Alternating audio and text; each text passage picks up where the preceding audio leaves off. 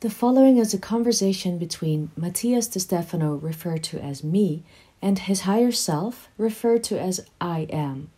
The date is January 20th, 2021, and the subject is the emotional aspect of the toroid in the sign of Capricorn. I am. What is your plan? Is there really a divine plan? What would you do if you knew there was no plan in your life? Does having one give you security or freedom? Me. The plan. It's something that has been on my mind since I was little. Everything I do is for the plan. I am. Tell me about the plan. Me. When I was 12 years old, when I remembered myself as Shu together with Sobek in front of the Sphinx, whom we called Tul Basik, meaning Great Guardian, I heard some words in my voice that resonated deeply in the dialogue that we had. Dhu atertumti, ke dhu urnus aterti. Bring heaven to earth and bring its light to heaven. We called it the plan. The Atlantean priests said that everything that exists is part of a plan, a divine plan that makes everything make sense, logic. But it is so big that we cannot understand it. Compared to the universe, humans are like ants trying to understand the whole earth. But they said that if you look at things well, you will understand that there are repeating patterns. And if you understand those patterns, you can understand the plan. The Atlanteans managed to reduce all of existence to mere planning. And yes, the architects became our leaders.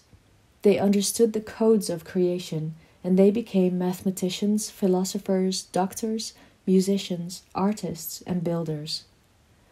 The divine plan was named after them, the Sikhir, designers of the framework, and from there, the plan, Sikhot. They explained to us that everything had arisen from the One, and the way to compare it was with the weaving of a spider web. In the Camel mythology, from the Atlantean Nile, we called the great architect as Manik, the weaver spider of the universe. His 8 legs represented the 8 directions of time and space, the cube of density. His 8 eyes represented the cube of the subtle, with its directions to the internal and the external. With his head and torso, they form the consciousness that shines in the stars, and with his tail, he connects the network of the subconscious and the cosmic dream.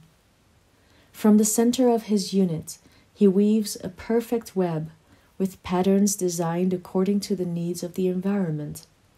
From the center, it feels everything. Everything is attached to it, and its fabric is invisible and subtle.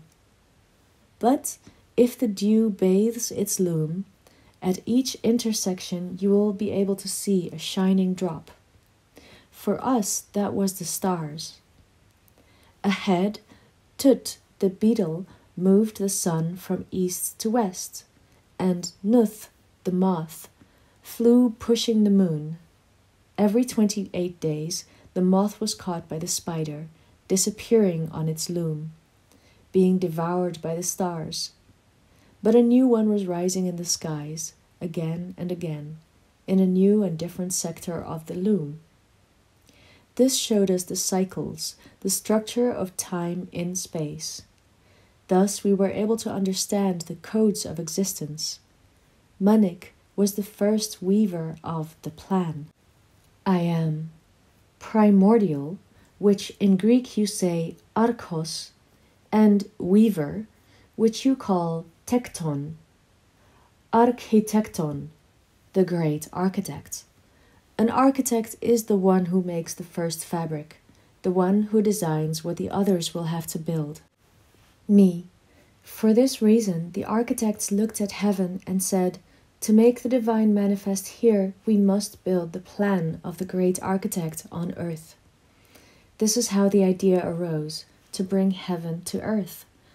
Design the stars in the form of temples, which will shine, downloading the information from the cosmic network. In the stories they told us as children, they divided the plan into several parts, but above all into three: universal plan, galactic plan, and terrestrial plan. It itself had to become denser towards us, to be able to touch it and live it, knowing that if we did it in matter, uniting the plan of the body, the plan of the soul, and the plan of the spirit in us, we would incorporate the cosmic fabric, becoming weavers, creators, alchemists of being. The architects discovered that everything was divided into 12 sectors plus one in the center, and they found ways to manifest these concepts in matter in a simple way, without mental, religious, or philosophical preconceptions, but rather tangible and objective ones. They called them Iku, Firu, Tumu, Wasu, and Hiru: seed, fire, earth, water, and air, which they schematized into octahedron, tetrahedron, hexahedron, dodecahedron, and icosahedron respectively. And so they designed the stellar temples, the pyramids. All around the world they tried to manifest in our reality the fabric of Manic.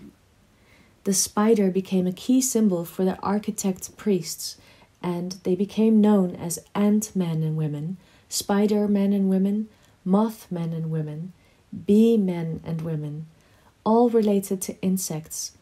It was because the insects had the plan in their minds, in their hearts, and without culture or reason, they showed the logic of the plan, the frameworks, the patterns, the structures.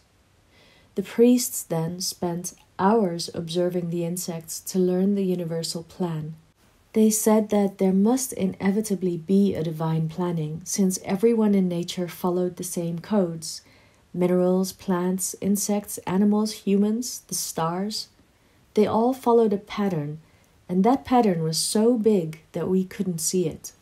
I am, or so small that it seemed invisible. Me, exactly. The Ater-Tumti plan marked our cultures. He took the Nile to be the Milky Way, and temples and pyramids were built on its sides to represent the constellations. Humans, then, had to pass through the network, through the Nile, connecting the brightness of each star until it shined inside. The Sikhir became doctors when it came to connecting the invisible networks of our organs. They became musicians when they had to calibrate the energy and vibration of our souls. They became mathematicians and philosophers when they had to calibrate the logic of the spirit. And by uniting all aspects, body, soul, and spirit, you became a spider man or a spider woman, an architect of reality. The same path of the Nile was traced in many regions of the world, all with the axis of Orion. And all these paths together made one bigger path through the tropics. That is why the civilizations born from Atlantis followed the tropical zones, following the flow of the stars. That was how they built the planetary network, which made us all part of the network. But this same network became our prison. I am. They turned into flies. Me. Yes, that was the conversation with Sobek that time. We were losing connection to the net, and I was afraid I'd forget about him. He felt the enormous responsibility of a people to guide through the shadows, and even so, he could not do anything to get them out of there. It's the natural cycles, they said, although it seemed unfair to me. Follow the plan, they told me, and so I did. I follow the plan. I follow the stars, the eclipses. I follow Manic's network, searching for the scattered data in a disorganized library. The world today resembles the remains of the Library of Alexandria, taken over by Christian insurgents. Chaos. The plan calls for reconnecting the grid. I am. Why? Me. Because we are the ants of consciousness. We are the spiders of the cosmic mind. Does an ant wonder why? Does a spider wonder why? I think it's in our nature. I am. Still, you're still a fly when you say you don't have a choice. Me. Is there a choice? I am. Not in the what, but in the how. What is a plan? Me. The other day you explained it. Plan comes from plat, which means to extend, and in turn comes from lat, which means plain or flat. The word speaks of everything that expands, that moves, that extends and ramifies. Plant, planet, plane, plan, plasma, piano, planisphere, palette, palm. I am. The universe is a single being that expands, moves, vibrates, ramifies. Me. The universal plan. I am. Galaxies are clusters of compounds and chemical elements that expand and move due to gravity. Me. The galactic plan. I am. The Earth, like other worlds, rotates on itself, moves erratically through space, wobbling around the sun, a star, extending, branching life in constant evolution. Me. The terrestrial plan. I am. And a human, with his intelligent mind, found the expansion codes, saw how things move and interact with each other with fractal logic. So, he understood how to manage time, and he planned the temporary cyclical stages. Me. Calendar. I am. Measuring the cycles of time is the first step in planning, having the notion of stages or seasons. The word calendar is Roman and means the cry, from calare, which in turn arises from the Indo-European kel, meaning cry, clamor, or claim, and refers to the cry with which tax collectors called the door of the citizens every new moon, a moment that was called kalendas. Me. In other words, our way of calling time planning today stems from the imposition of Roman taxes. I am. Yes. On the other hand, almanac, from the Arabic al-manak, refers to the stations of the moon in front of the mansions or houses of each constellation. The meaning is where the camel kneels or it stops. Thus, the human began to dominate time, carrying what you call agenda, a participle of the verb agere, agendum, what must be moved forward. But then he managed to dominate the space by putting all the things that were separated together in one place in an orderly way, that is to say, a structure, from the Latin struere, to put together or pile up, and ura, meaning the result of. Seeing the geometric patterns of nature, he began to spread the bases on a table, on a flat and extended surface to plan on, uniting geometric codes, numerical patterns, natural matrices, and rearranging them in a new design that they called flat. Thus, through planning, they managed to dominate the space. And you know what they thought? Me. What? I am. That if they could plan, then all of existence was also planned. What they saw seemed so perfect to them that they created the idea of a mind capable of planning something infinite, and they called it the first weaver. Me, the great architect, as he was called from the Atlanteans to the Freemasons of Europe. I am.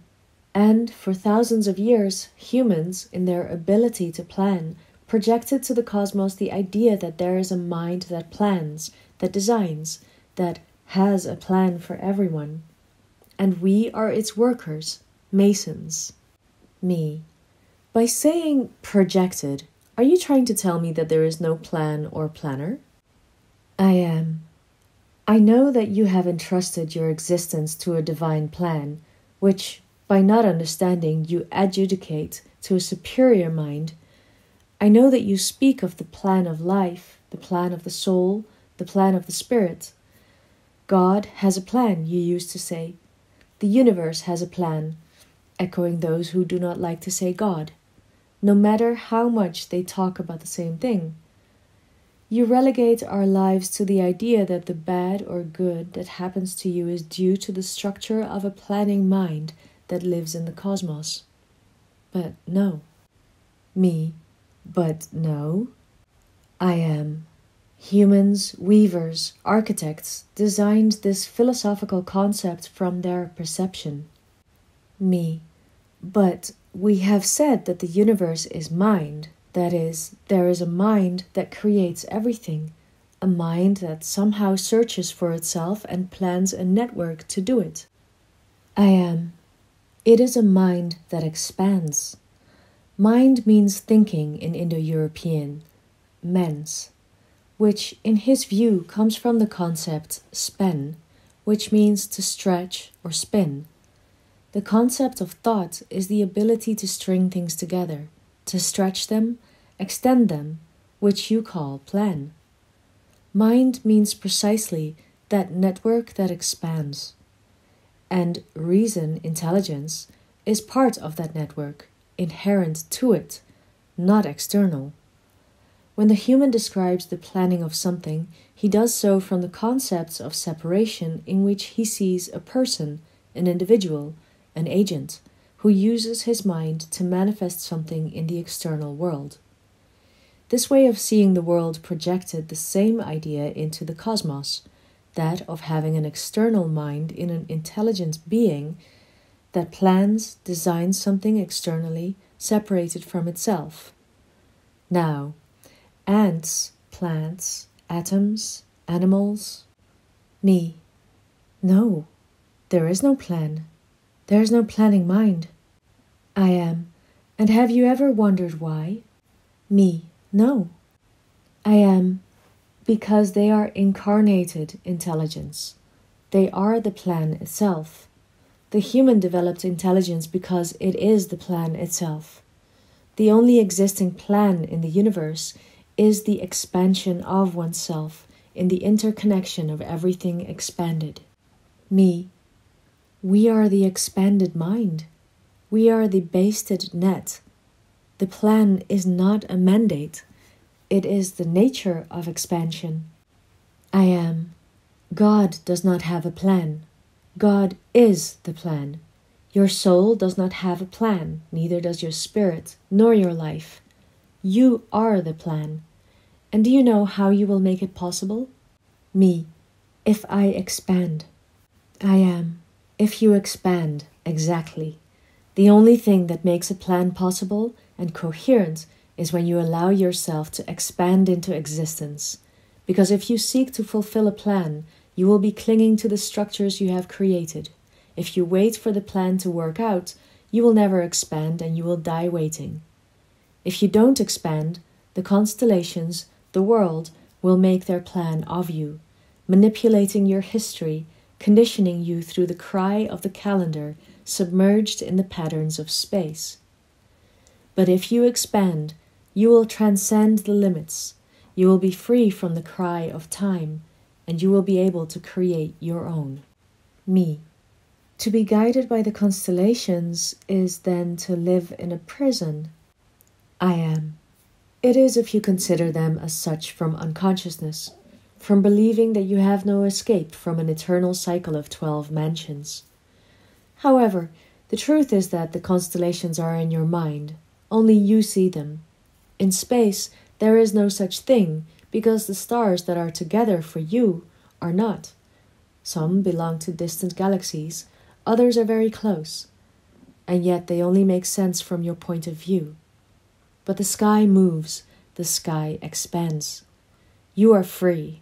The sky is not a prison with 12 cells. It is a garden that expands into a forest, a jungle, and you, walking in circles of a clearing of 12 trees around you, you feel trapped in a plan of time and space. Me. You are destroying everything that I have considered as my life plan, the plan of my existence, why I am here. I am. Oh no, my friend. I am not destroying the trees around you. I am showing you the forest in which you live. Your vision of the plan, something that you believe to be so magnanimous and wonderful, is actually a narrow and limited vision. I am not destroying the plan that moves you. I am reminding you that you are the plan. You are not someone external who must fulfill something projected. You are the mind that weaves itself, expanding. That's the only truth. Do you know which? Me. Tell me. I am. That the universe never had a plan for you. The universe expanded in you so that you create a plan. Me. Freedom! Suddenly I feel freedom again. My shoulders don't feel the weight. I am. You were never a slave to any divine or ancestral plan. The plan that you explain is yourself coming from heaven to earth. Me. And returning from earth to heaven. Amma ater tumti. I am heaven on earth. I am. That's the only plan. The one that you build through the coherence of your being. Expand yourself, and you will be fulfilling the only divine plan possible. Me. I am.